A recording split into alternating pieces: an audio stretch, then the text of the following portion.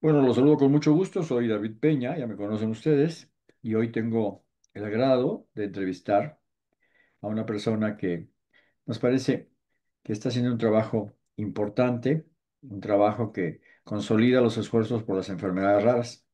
Le voy a pedir a mi invitada que se presente ella misma como quiera. Ujú. Bueno, buenas tardes. Soy la doctora Elsie Telles. Yo estudié la carrera de médico cirujano en la Universidad de Anáhuac, México Norte. Después hice la especialidad en genética médica en el Hospital General de México, doctor Eduardo Lisiaga. Y también estoy certificada por el Consejo Mexicano de Genética. Actualmente soy presidenta de Fundación Mapa de Vida, una asociación civil muy reciente. Iniciamos actividades en septiembre de 2024. En la asociación buscamos brindar apoyo a personas y familias que viven con enfermedades raras. La fundación surge como una necesidad real en México, que es la falta de acceso a estudios diagnósticos y el apoyo a tratamiento a pacientes que viven con enfermedades raras. Actualmente en el equipo somos dos médicos genetistas y una médico pediatra neonatóloga. Muchas gracias, Elsie. Te agradezco enormemente tu participación. Voy a hacerte una serie de preguntas. Si tú entiendes que no tienes problema para contestarlas, por favor te lo voy a pedir que lo hagas. Si alguna pregunta es incómoda o fuera de contexto, no la contestes, simplemente di la que siga, David. ¿Está bien? Gracias, Claro, Elsie. claro, claro. Elsie, ya nos hablaste medianamente de cuál es tu formación académica, pero ¿cuál es tu formación y experiencia específica en genética médica y enfermedades raras? Bueno, desde que inicié la especialidad, todos los pacientes, sabemos que hay más de 7.000 enfermedades raras actualmente y aproximadamente el 70% son de causa genética. Por eso es que como médicos genetistas es lo que vemos prácticamente día a día y lo vemos tanto en pacientes que acaban de nacer como en pacientes adultos. Entonces, pues tengo experiencia en el abordaje, en brindar el asesoramiento genético. Sin embargo, como genetistas, desde que nos formamos, nos enfrentamos muchas veces a esta barrera de que hay muchos especialistas o médicos de otras áreas que no conocen las enfermedades raras y por lo mismo a veces los pacientes se enfrentan a algo que se llama la odisea diagnóstica y tardan de entre 5 a 10 años en llegar con nosotros y en concluir su diagnóstico. Incluso el público en general no conoce qué hacemos como genetistas. Muchas veces se cree que como médicos genetistas solo estamos en el laboratorio, que nada más hacemos estudios y no se entiende que también damos consulta como muchas otras especialidades. Ahorita yo trabajo en un hospital pediátrico de la Ciudad de México como médico genetista. Y aquí pues continúo viendo lo mismo que veía desde la especialidad, la falta de conocimiento de enfermedades raras, la falta de apoyo a diagnóstico, la falta de apoyo a tratamiento, todas esas barreras que enfrentan los pacientes y sus familias y también que hay todavía mucho desconocimiento del tema de enfermedades raras, tanto personal de salud como público en general. Muchas gracias, Elsie. ¿Con qué frecuencia atiendes pacientes con enfermedades raras o tienes sospecha de ellos? Pues diariamente veo aproximadamente entre 5 y 8 consultas al día. Y fácil, de esas 8 consultas al día, un paciente tenemos sospecha de que pudiera tener alguna enfermedad rara. También aquí, pues, como mencioné, estoy en un hospital pediátrico y se sabe que aproximadamente entre el 70 y 80% de las enfermedades raras de causa genética comienzan en la infancia. Entonces, pues, también es mi día a día ahorita donde trabajo. Y pues vemos de todo, o sea, desde pacientes con discapacidad intelectual y algunas otras alteraciones metabólicas, características físicas que nos orientan hacia una enfermedad rara. Pero pues sí, aproximadamente o fácil veo de 3 a 5 pacientes con sospecha de enfermedad rara a la semana. Muchas gracias, Elsie. Entendiendo que trabajas ya en una institución especializada, perdón, tiene referencia con laboratorios especializados para el mismo tema. No. No. Bueno, únicamente tenemos convenio para realizar el estudio más básico, que es el cariotipo, que es pues como el estudio inicial o el más básico, por así decirlo. Si, como se lo explico a los pacientes, es si nosotros fuéramos un librero, con el cariotipo vemos que están nuestros libros acomodados o si están desordenados, si están aparentemente completos. pero con este estudio tan básico no podemos ver cómo están escritas nuestras instrucciones que vendrían siendo nuestros genes. Y pues es un estudio, pues sí, por así decirlo, muy básico, que no nos ayuda a diagnosticar tantas enfermedades que existen. Entonces solo tenemos ese convenio para ese estudio. Para estudios más, los estudios que llamamos moleculares que ven nuestro ADN con mayor profundidad, eso sí, no los tenemos, y pues desafortunadamente son muy costosos. La manera en la que apoyamos a los pacientes es por medio de patrocinadores, ya sea que algún laboratorio esté con un protocolo de investigación o alguna universidad esté con algún protocolo. Ahí es donde nosotros registramos a los pacientes y pues si los aceptan, ahí se les apoya con el estudio, Muchas pero más gracias, doctor. convenios no. Muchas gracias.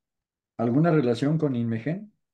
No, No. en el hospital donde estoy, no. ¿Hay alguna razón para no tener relación con el Inmegen? Pues en el hospital que estoy es de salud pública, es, y apenas estamos trabajando, en el hospital en donde estoy somos 4 médicos genetistas. Ajá, Es un hospital pues pequeño a diferencia de hospitales de tercer nivel.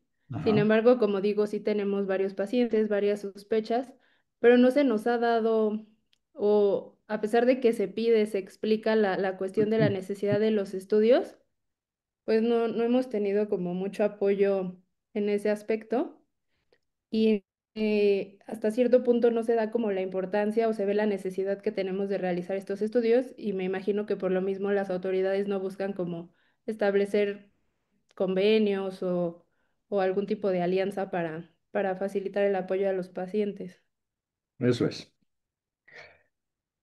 Eh, ¿Qué avances recientes consideras más prometedores en el estudio o tratamiento de enfermedades raras, hablando genéticamente? Pues ahorita la verdad es que se ha visto un gran avance. Como digo, sigue siendo limitado el acceso a los estudios moleculares, principalmente. Sin embargo, a diferencia de años anteriores, que incluso hay mamás que se han acercado a la fundación y nos cuentan que cuando ellas hicieron estos estudios pagaron 30,000 pesos. Digo, ahorita siguen estando en costos elevados, pero mucho menos a lo de años anteriores. Entonces creo que ahí empezamos con un gran paso. No son accesibles para todo el público, pero bueno, ya ha disminuido su precio. Ya también anteriormente se trabajaba mucho en otros países, ahorita ya también contamos con laboratorios en nuestro país que realizan estos estudios.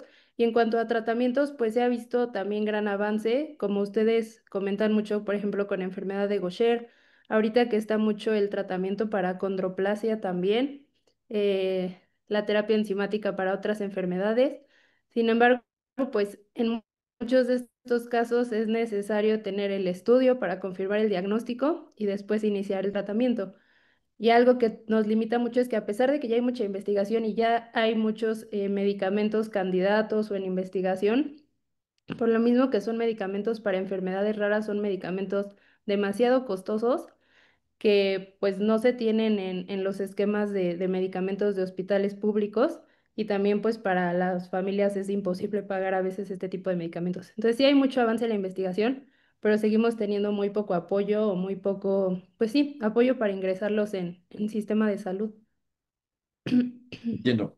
¿Qué papel juega en este momento, hablando de lo que estás en este momento comentándonos, qué papel juega la inteligencia artificial o la bioinformática en el análisis genético?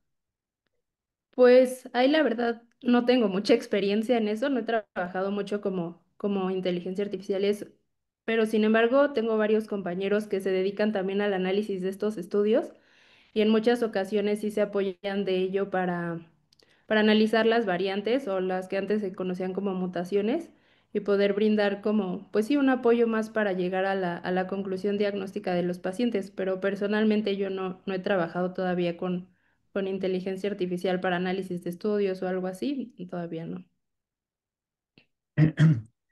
Se habla mucho de la medicina personalizada en el mundo actualmente. Por supuesto, Latinoamérica siempre está rezagada en cuanto al tema de este específico aspecto. ¿Conoces tú a alguien a quien ya se le haya practicado medicina especializada? No, No. aquí en el país no. Ok. Te quiero comentar que nosotros reporte que tenemos, que vamos consolidando todos los días, año tras año, tenemos a algunos, algunas decenas de pacientes con una condición de medicina especializada ya, que han sido tratados de manera muy precisa, gracias a, entre otras cosas, el desarrollo genético a favor de ellos, la medicina personalizada junto con la inteligencia artificial hicieron posible que algunos pacientes estén en condiciones muy exactas de tratamiento y eso, bueno, no se está dando tan rápido como debía darse en el país, pero ya se empezó a hacer. ¿Cómo acompañas emocionalmente a los pacientes a quienes tú diagnosticas con una enfermedad rara durante este proceso de diagnóstico? Bueno, para empezar, dar la noticia a los papás ya que se concluye el diagnóstico. Es así literal, los papás nos lo refieren como un balde de agua fría. Muchas veces no, ni siquiera conocen el nombre de la enfermedad o cuando cuentan que fueron con miles de especialistas y nunca nadie les dijo que se sospechaba eso hasta que llegan con el genetista y se concluye. Para todos los familiares casi siempre es como una noticia impactante y más cuando se puede tener un riesgo de que otros familiares o de que en futuros embarazos haya cierto riesgo de que se vuelva a presentar la enfermedad. Entonces, como genetistas, la verdad es que sí tenemos que ser muy empáticos para dar la noticia. Personalmente, tanto los pacientes que veo en el hospital como los que se nos acercan a la fundación, mucho que tratamos de hacer es como referirlos a grupos de apoyo. Ahorita que empecé la fundación, he visto, así como Femexer y como otras asociaciones, están lideradas generalmente por papás que tienen algún pequeño con alguna enfermedad y ellos mismos empiezan su asociación, empiezan los grupos de apoyo. Entonces nosotros siempre les brindamos el asesoramiento genético en un lenguaje claro y accesible para que ellos entiendan. Siempre se les da la oportunidad de que hoy les dimos mucha información, si les queda alguna duda pueden venir cuando gusten, se vuelve a explicar, si quieren traer al papá para que también se le explique, si quieren traer al tío, al abuelo. Siempre tratamos como de ser muy abiertos y muy empáticos y como digo, tratamos de mandarlos con grupos de apoyo o con otras familias que estén pasando por situaciones similares y también los mandamos a psicología, aunque desafortunadamente ahí también batallamos un poquito porque no hay muchas psicólogas que estén familiarizadas con el tema de enfermedades raras. Ok, Pero mira, pues te básicamente come... sí, psicología, Perdón, perdón, continúa. sí. Ok, te Ah, iba a bueno, comentar básicamente que... psicología y grupos de apoyo. Ujú, Muchas gracias.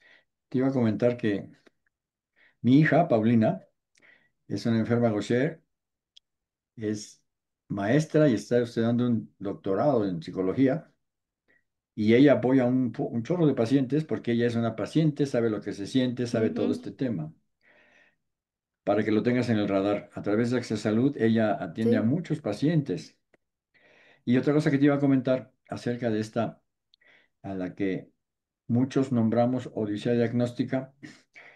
La otra vez tuve una conversación, he tenido varias conversaciones con gente que es muy avesada en estos temas y lo que concluíamos es que la odisea diagnóstica tiene que ver con muchos parámetros de referencia que están mal informados o equivocados. ¿Conoces a Joaquín Carrillo Farga? Ujú, El doctor Joaquín Carrillo hace diagnósticos en 3 días, 3 días, ujú, para enfermedades lisosomales sobre todo. Luis Carvajal, el doctor Nicolás Reynés, el doctor Loredo en el INP, hacen diagnósticos en un mes. Este asunto de la odisea diagnóstica tiene que ver con saber a dónde llevar al enfermo para que te puedan decir claramente que sí, que no. Hace tiempo, una mamá llegó, yo estaba en el Instituto Nacional de Pediatría y me dice, en 10 años no le habían dado el diagnóstico a mi hijo. Y su esposo dijo, pues sí, porque nunca lo habíamos traído aquí. Se lo dieron en un mes. Y el papá dijo, se lo llevabas al compadre que es médico y al primo de tu pariente que es médico ujú. y pues, nadie sabía nada. Si lo hubiéramos traído aquí hace 10 años, hubieran sabido hace 10 años de qué se trataba el asunto. En lo que nosotros tenemos como referencia, el sí, actualmente el promedio para diagnóstico, si vas con los indicados, no pasa de 60 días. Ya la odisea Ujú. diagnóstica es una, es una experiencia que viven solo aquellos que no tienen idea de dónde llevar a su paciente. ¿Conoces a la doctora Juanita Navarrete? Sí. Ella es mi prima. Y yo le dije, un día le comenté, creo que tendrías que mandar este caso con Joaquín. No tenían posibilidad de diagnóstico preciso. Joaquín se lo regresó. Mandaron al paciente y como a los 5 minutos habló Joaquín y dijo, es un paciente con MPS tipo 1. Ujú, Impresionante cuando sabes, cuando tienes conocimiento, cuando tienes experiencia, pero sobre todo ujú, cuando has hecho un trabajo de investigación muy importante. Los jóvenes genetistas como tú tienen un camino muy venturoso en adelante porque cada vez los vamos a necesitar más, cada vez los vamos a necesitar más y el asunto de la genética en México está muy poco bien conocido.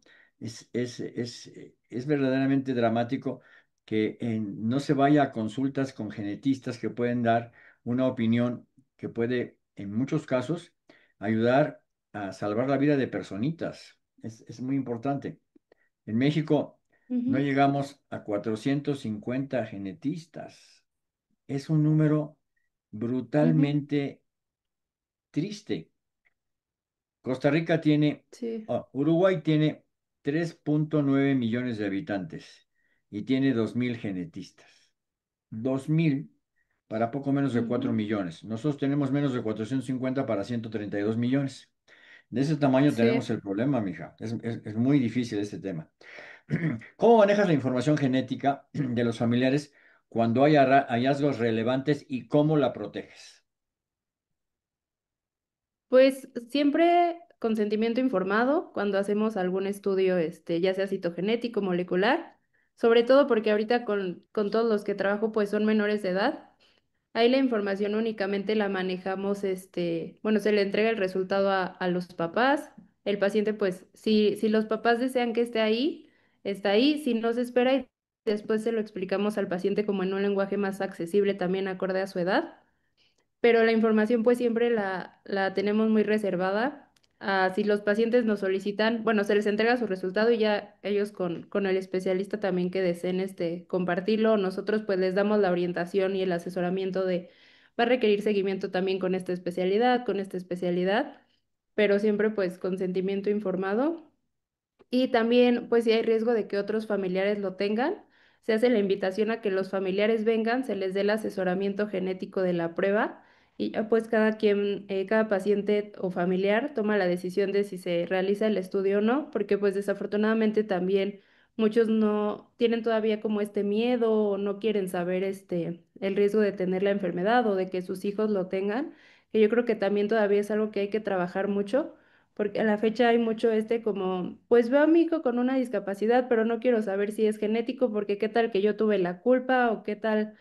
Entonces es algo también que todavía tenemos que trabajar mucho. Eso te iba a preguntar.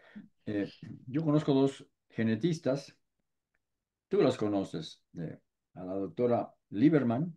Ujú, La otra genetista es otra persona del Instituto Nacional de Pediatría. Y en alguna ocasión que platicaba con Esther Lieberman me dijo, no, hay ocasiones en que los pacientes se molestan por el diagnóstico. O sea, ujú, nos dicen, está usted mal, eso es imposible, porque en mi familia nunca ha habido nadie así, porque, ujú. etcétera, etcétera. ¿Te ha pasado a ti? Sí, sí, muchas veces nos han llegado pacientes que le decimos alguna vez lo habían mandado al genetista o ha ido al genetista y dice, no, porque en la familia todos estamos sanos, entonces nunca se pensó que fuera como algo hereditario o algo genético. Entiendo. ¿Qué obstáculos existen en el sistema sanitario que tú entiendes y conoces para el diagnóstico y tratamiento de estos temas de enfermedades raras bajo la premisa de la genética? ¿Qué Bueno, obstáculos? principalmente la falta de conocimiento de qué hacemos como genetistas. Ahorita yo llevo poco en el hospital donde estoy. Yo terminé la especialidad en marzo 2024, entonces llevo realmente poco tiempo trabajando como médico genetista. Pero ahorita donde me he enfrentado a que muchos médicos especialistas, pediatría, neurología, diferentes, no saben qué hace un genetista, no saben cuándo se tiene que mandar al paciente al genetista. Incluso hemos batallado un poquito ahí de, oigan, ¿por qué no nos han referido a este paciente? ¿Por qué no nos han pedido interconsulta? Ah, pues no pensamos que pudiera ser genético. Cuando nos lo mandan y contamos con el apoyo de un estudio patrocinado y se le realiza y se llega al diagnóstico, se sorprenden de que nunca pensaron que eso lo podía ver el genetista. Entonces, primeramente, la falta de conocimiento de cuándo mandar al paciente al genetista. Segundo, pues el difícil acceso a los estudios diagnósticos. Y por último, pues que de las pocas enfermedades que tengan terapia enzimática o algún medicamento específico, que no hay el acceso o no está disponible en todos los hospitales y también muchas veces no está todo el personal capacitado para administrar, por ejemplo, algún tipo de terapia enzimática. Hace unos días me comentaba una médico internista que está muy relacionada con las enfermedades raras, trabaja en el Hospital Federico Gómez, donde atienden a muchos personitos con enfermedades raras. Ella coincidió con lo que tú estás diciendo o tú coincides con lo que ella dijo. Muchas veces, David, el problema para tener un diagnóstico rápido y preciso es que nos pongamos de acuerdo entre especialistas, que uno dirija al otro, que el otro confirme con aquel, etcétera, etcétera. A veces no sucede, en parte porque hay desconocimiento, la otra parte por los protagonismos exacerbados de algunos médicos y la otra que Sí, un espacio importante de referencia tiene que ver con que los pacientes no ponen de su parte tampoco y ellos dicen, si el especialista este que fue a ver no supo, pues ya para qué veo más. Si no supo este, pues es muy sí, difícil que otro sepa. Eso es, sí. es una complicación mayúscula. Sí, también, bueno, perdón, No, hija, por favor. algo que nos enfrentamos mucho es que luego han tenido diagnósticos erróneos por mucho tiempo. Y pues, sabemos que muchas enfermedades raras los pacientes cursan con algún tipo de discapacidad y muchas veces también los cuidadores o los papás o incluso médicos viven con la idea de, ya lleva 17 años con esta discapacidad, ya, ¿para qué lo estudiamos? ¿Para qué le hacemos algo? Cuando no saben que el concluir el diagnóstico nos da apertura para mejorar la calidad de vida, para dar manejos más específicos y para el asesoramiento para el resto de la familia. Es algo Es, también ahorita a lo que nos hemos enfrentado mucho. es correcto, mija. ¿Qué crees que debería cambiar para mejorar la atención de los pacientes desde tu ámbito? ¿Qué crees que debería mejorar?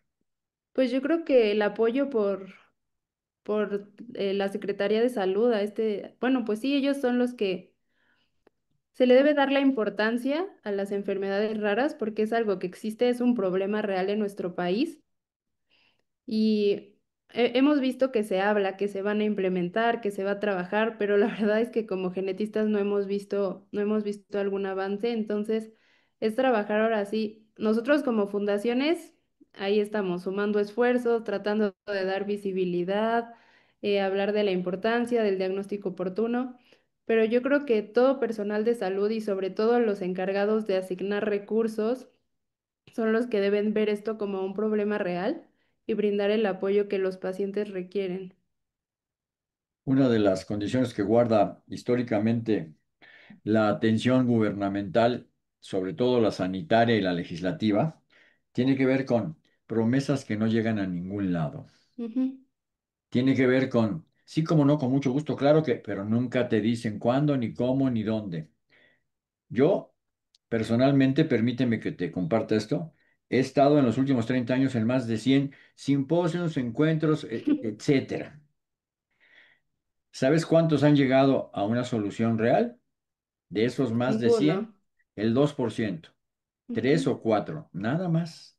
Los demás, el senador o el diputado se sacaron fotos con las personas que fueron y después de que se sacaron fotos se largaron porque ya ahí los dejaron, te dicen que sí, hacen una laraca el día de las enfermedades raras y pareciera ser que es el ujú, único día que es importante y los ujú. otros 364 se olvidan de ellos. El Sí, gobierno de la República, las instituciones de salud, la Secretaría de Salud, el Consejo de Salubridad, hacen una pachorra increíblemente deleznable para la atención de nuestros pacientes. En el 2011, nosotros modificamos la Ley General de la Salud en el artículo 224 bis y 224 Ujú, bis uno. Hicimos a que se reconocieran las enfermedades raras y los gastos catastróficos.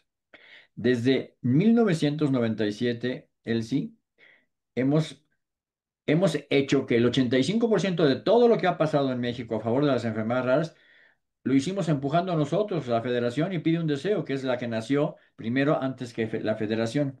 Es lo que voy a decir, lo digo con una enorme responsabilidad, sobre todo porque tú eres una jovencita que esperamos que nos ayude mucho, porque tienes una fundación nueva que esperamos que aporte lo necesario.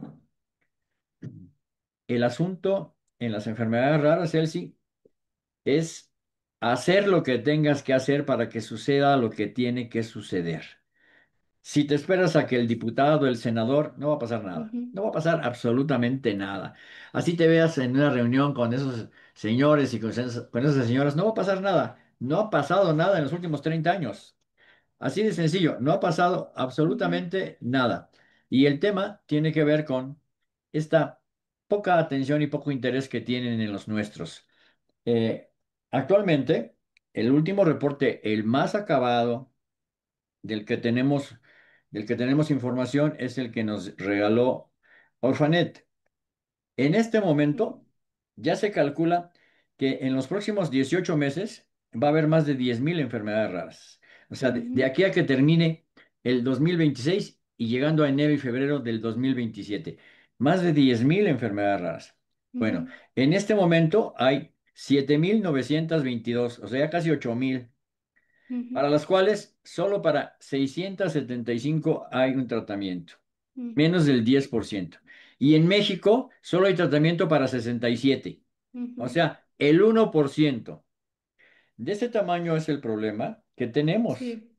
Eh, Están en este momento en el país diagnosticados e identificados entre 30 y 40.000 personas de los ciento Ujú. treinta y dos millones que somos.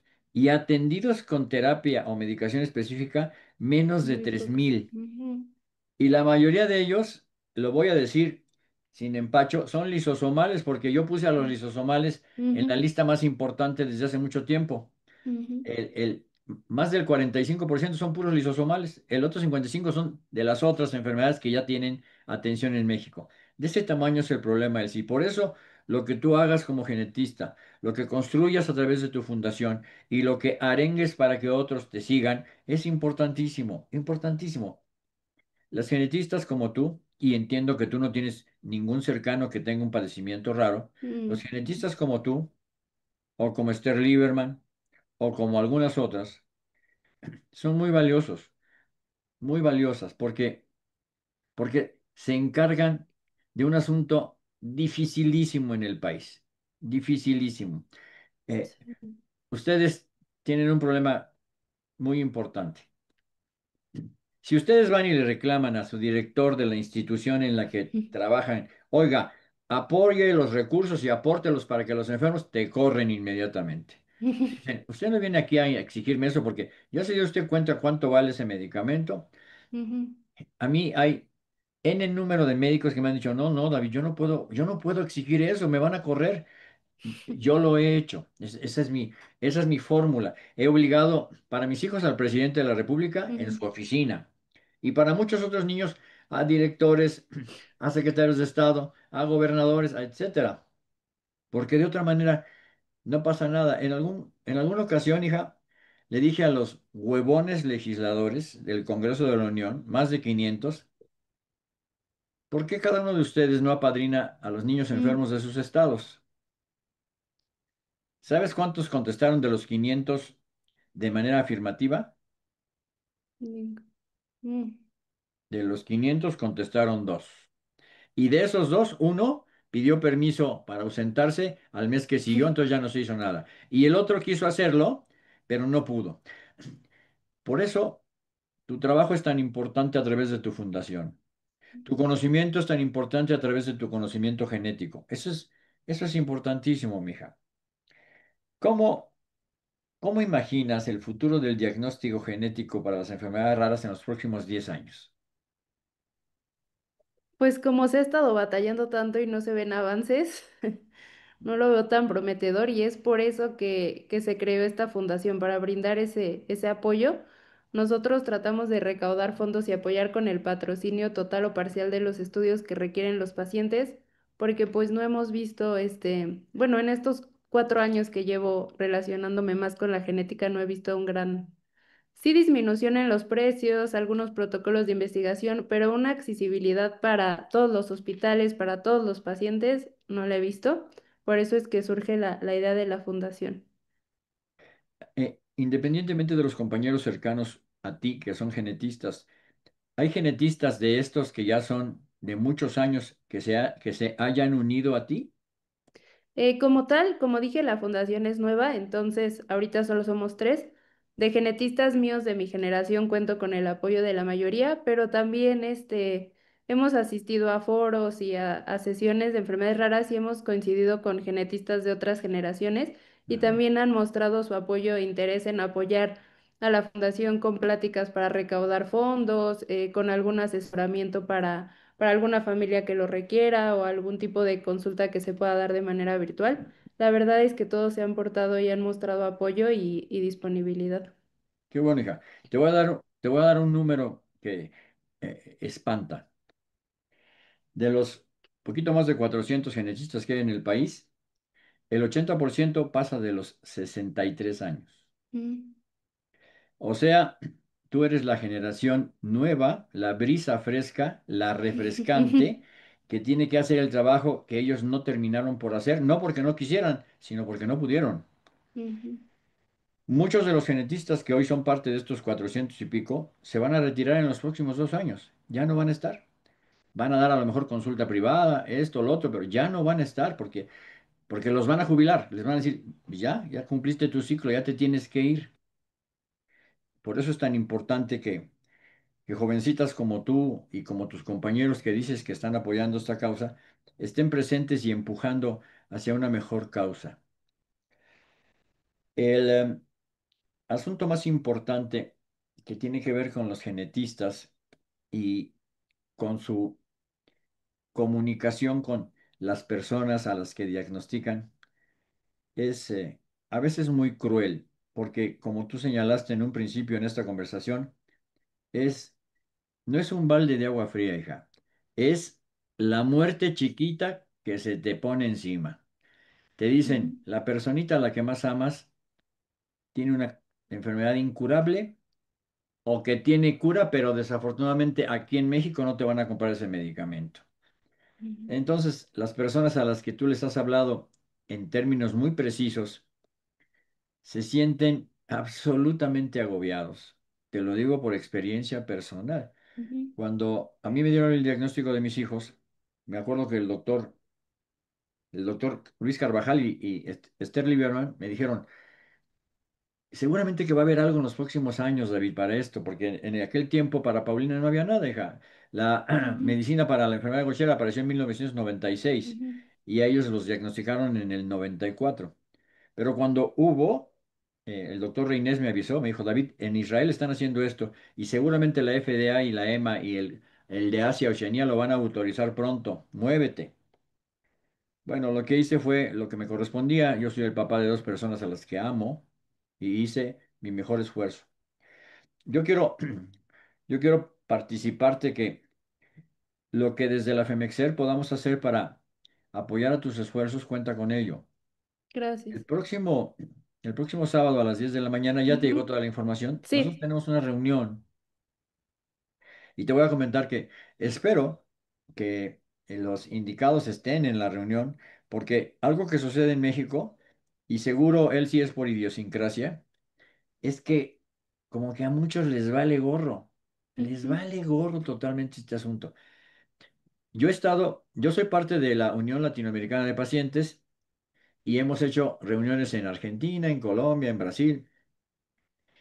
Te voy a dar un ejemplo. A las de Argentina llegan para una reunión como las que estoy planteando, llegan 250 personas. mm, Para las de México, si llegan 10, es un éxito. Si sí, llegan 10, hija, es un éxito. no les importa. A veces le digo a los papás, oye, ya tuvimos la oportunidad de poner a tu niño en tratamiento. Danos tu testimonio, por favor, para que la gente se entere No, no, a mí eso no me importa, porque la verdad no quiero ventanear mi caso ni... Ujú. Y ese ejemplo es uno parecido a muchos otros. Eh, pero cuando necesitan algo, Sí, ahí están. suena feo, pero cuando necesitan algo se te acercan, oye, por favor, David, ayúdanos, porque mira esto, lo otro, aquello. La otra vez alguien así se me acercó, hace ya tiempo, y me dijo, mis hijos están siendo violentados en un protocolo especializado en el ISSSTE. Yo llamé a la compañía farmacéutica que producía el fármaco para estas dos personitas y obligué a esa compañía farmacéutica porque yo he ayudado a que muchos pacientes que requieren de los medicamentos de esa compañía farmacéutica estén en tratamiento. La compañía se portó bien y dijo sí. Se los llevaron a Nueva York, hija, enfrente del Mm, Central Park. Todo esto que te estoy diciendo lo ujú, puedes comprobar. Se los llevaron a Nueva York enfrente del Central Park. Personas de escasísimos recursos. ujú, Bueno, estuvieron durante 6 meses para que en México acomodáramos que el protocolo se aceptara. Hablé con el director general del ISSSTE en aquel tiempo y me dijo, ya David, ya los podemos traer para México. Los trajimos y cuando llegaron a México fue a verme el papá a la oficina y me dijo, oiga, ya se hizo el protocolo allá en Nueva York y ya nos mandaron a México, ya estamos aquí otra vez de regreso. ¿Eso está bien? Le digo, sí, eso está bien, claro, porque lo que estábamos haciendo es tratando de hacer que todo se acomodara para que con el protocolo que se inició allá, acá se siguiera. Lo que me dijo a continuación me dejó helado y lo mandé por un pinche tubo. Bueno, pues si quiere que sigamos el protocolo, deme 20,000 pesos al mes. ah, Eso me dijo, hija. Y le dije, lo que te voy a dar es una patada en el culo, cabrón. Tras de que hicimos un esfuerzo por tus pequeñitos, no me sí. vuelvas a pedir nada y ya no me encargo de tus pequeñitos. Después me habló la mamá y me dijo, oiga, disculpe a mi marido que es un idiota. Eh, de ese tamaño, de ese tamaño son a veces las reacciones de los papás de niños enfermos. Creen Ujú, que es tu obligación hacer lo que ellos tendrían que hacer. Por eso yo espero que el próximo sábado haya, como dije, por lo menos 10 para que entendamos lo que tenemos que hacer. Hay una cantidad enorme de tareas pendientes impostergables, impostergables. Y yo no puedo estar sacando la pistola para cada caso en específico hacia la que los atiendan. Lo que tenemos que hacer es todos un esfuerzo, todos un esfuerzo. Así como te dije ujú. de los genetistas que los van a jubilar, yo tengo 65 años, hija, y quien sigue el trabajo van a ser mis hijos. Yo, en poquito tiempo, digo, hace 30 años hago esto, ya le toca a otro, por Dios santo. Yo te agradezco tres cosas. Que hayas sido tan amable de aceptar esta invitación a entrevistarte. Dos, que hayas respondido tan rotundamente cada pregunta que te hice. Y tres, que hayas sido tan amable en abrir tu experiencia para que algunos enfermos tengan una oportunidad que no tenían antes de conocerte. Ujú. Eso es muy importante, mija. Y yo te lo agradezco en todo lo que vale, a nombre de todos en la federación, porque necesitamos a muchas Elsis, a muchas genetistas, a muchos genetistas, a muchos hombres y mujeres que tengan vocación y que puedan atender a los que tanto lo necesitan.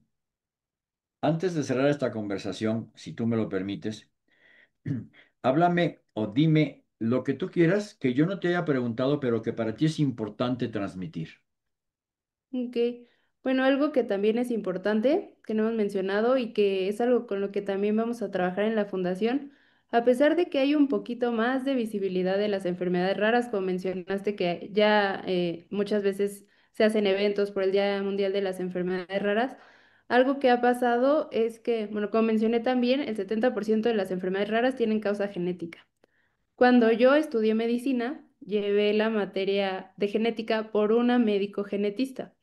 Sin embargo, muchos de mis compañeros, tanto de genética como de otras especialidades que llevaron la materia, fue impartida por un médico internista, por un médico pediatra, por médicos de otras especialidades, probablemente por lo que comentas que somos muy pocos genetistas en el país. Sin embargo, ¿por qué alguien que no es de la especialidad va a impartir esa materia? primeramente. Y otra cosa que me ha decepcionado mucho es que la materia de genética como se ha quitado del programa de estudios de diferentes universidades. Y pues eso es grave porque muchas veces los médicos generales son el primer contacto en el centro de salud, en la unidad médico familiar o hasta en las farmacias o en los consultorios privados. Llevan al niño de que es que tiene esto, ay no, no sé, y no lo derivan al genetista y bueno, lo vamos a mandar al neurólogo y lo ve el neurólogo y el neurólogo, bueno, lo vamos a mandar acá y lo vamos a mandar acá. Y justamente por esta falta de conocimiento de las enfermedades raras que no llevan como tal el módulo de genética impartido por un genetista, también se sigue retrasando el diagnóstico. Como dices, no saben a dónde mandarlo, los papás tampoco saben que existe el genetista. Entonces siento que es algo importante en lo que también se debe trabajar, que las universidades que cuentan con la carrera de medicina le den la importancia a la genética y se vuelva a incluir en el módulo de estudios, en el programa de estudios. Tienes toda la razón. Toda la razón. Uno de los problemas graves que tenemos en México es la falta de conocimiento preciso. Preciso. Hay quien tiene conocimiento, pero no preciso. Para que tú entiendas de genética, un genetista te debe de leccionar a lo largo de un buen tiempo, de un buen tramo de Ujú, tiempo, porque de otra manera, pues si es un internista o alguien que se dedique a otro tema específico, pues te va a dar lo superficial que te dan en tres o ujú, cuatro hojas en un libro y para de contar. Hoy, en este momento, si tú abres la internet y te metes a una de las plataformas que hay ahora nuevas y le preguntas, ¿qué onda con esto? Te sale una cantidad de información ujú, impresionante. Pero en el caso de los genetistas, en tu caso, tú tienes que ver al paciente, tienes que conocer la historia de sus familiares, tienes que casi, casi hurgar como ujú, detective privado en cada uno de los puntos que puedan ser trascendentales para encontrar la línea por donde tienes que seguir el diagnóstico. Yo creo que en el futuro más inmediato, va a haber otros hombres y mujeres jóvenes que van a decantarse por la genética. Eso lo tengo claro. Hablaba con Ronnie Kersenovich, que seguramente también lo conoces, y ujú, me decía, mira, hay muchos muchachos y muchachas que todavía no deciden cuál va a ser la especialidad que van a tomar. Y para que se les antojara trabajar por la genética, tendrían que estar rodeados de gente que sabe mucho de ujú, genética y que los puede entusiasmar. ujú, No hay tantos, hija. No hay tantos. Y lo que dije hace rato, menos de 450 para toda la población mexicana es de risa. Y los que están, pues tú no puedes atender a 2 millones de personas, ¿verdad? ujú, Entonces, ojalá que en el futuro más inmediato, la condición que guarde el aspecto específico de formación sea uno que vaya acompañado de precisión con respecto a quien está departiendo la carrera o la línea de lo que es genética específicamente, porque de otra manera no va a haber gente preparada rápidamente, no va a haber genetistas a disposición de las instituciones de salud. Y otra cosa que es muy importante, lo que ya dije, los genetistas viejos se están empezando a retirar. Entonces, esta cifra es espantosa, pero en 2 años de los 450 que hay, va a haber menos de 200, porque ya se retiraron la mayor parte. Yo te agradezco todo, pero sobre ujú. todo tu amabilidad. Muchas gracias por tu amabilidad. No, muchas gracias por la oportunidad. No, hija, muchas gracias a ti. Ujú, Muchísimas gracias a ti. Antes de concluir esta charla, permíteme dos expresiones. Una que tiene que ver con el proyecto Pide un Deseo, que es donde ujú, iniciamos todo esto, y otra que tiene que ver con Miguel de Cervantes Saavedra.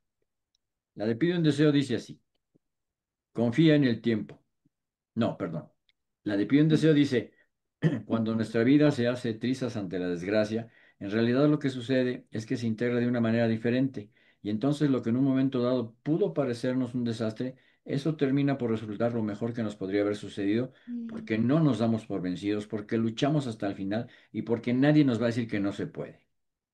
Y la expresión de Miguel Serván Saavedra, a la que yo le voy a agregar tres palabras al final, dice así: confía en el tiempo, que suele dar dulces salidas a muchas amargas dificultades. Si ujú. le ponemos pasión, entrega y determinación. Déjame enseñarte una foto. Ujú.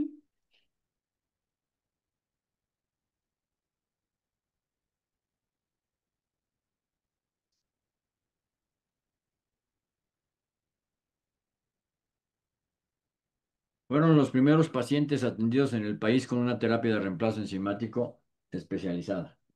Sí, ya hemos tenido el gusto de ver la foto y es impresionante y ojalá que podamos hacer eso, lograr eso para muchos otros pacientes.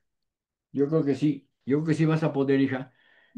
Pon todo el esfuerzo que puedas. Eres muy jovencita y seguro cuando tengas 3 veces la edad que hoy tienes, vas a decir, hice lo que tenía que hacer, lo hice a tiempo y aparte de todo, logré con mi actitud y con el jalón que les di a otros, que muchos que no tenían oportunidad finalmente la tuvieran. Muchas gracias por tu atención, por tu amabilidad, por tu disposición, pero sobre todo por ser tan amable. Ojalá que puedas estar el próximo Sí, sábado. el sábado, claro que sí. Y si por alguna razón algo, un imponderable se te atraviesa, lo vamos a grabar para que tú escuches lo que dicen los que vayan a estar a favor de lo que tenemos que hacer. Muchas gracias, Elsie. Claro que sí. No, gracias a ti. Que estés muy bien, mija. Igualmente, hasta luego. Ah, perdón, esta entrevista la vamos a poner en la red y antes de Ok, que la vea cualquier persona, la vas a ver tú. ok, Cuando tú la veas, después de que tú la hayas visto, la subimos a la red. ¿Ok? ok, perfecto. Te la Vale, muchas entregamos el gracias. próximo lunes. Claro que sí. Nos vemos Gracias, el Elsie. sábado. Gracias, Gracias. Elsie.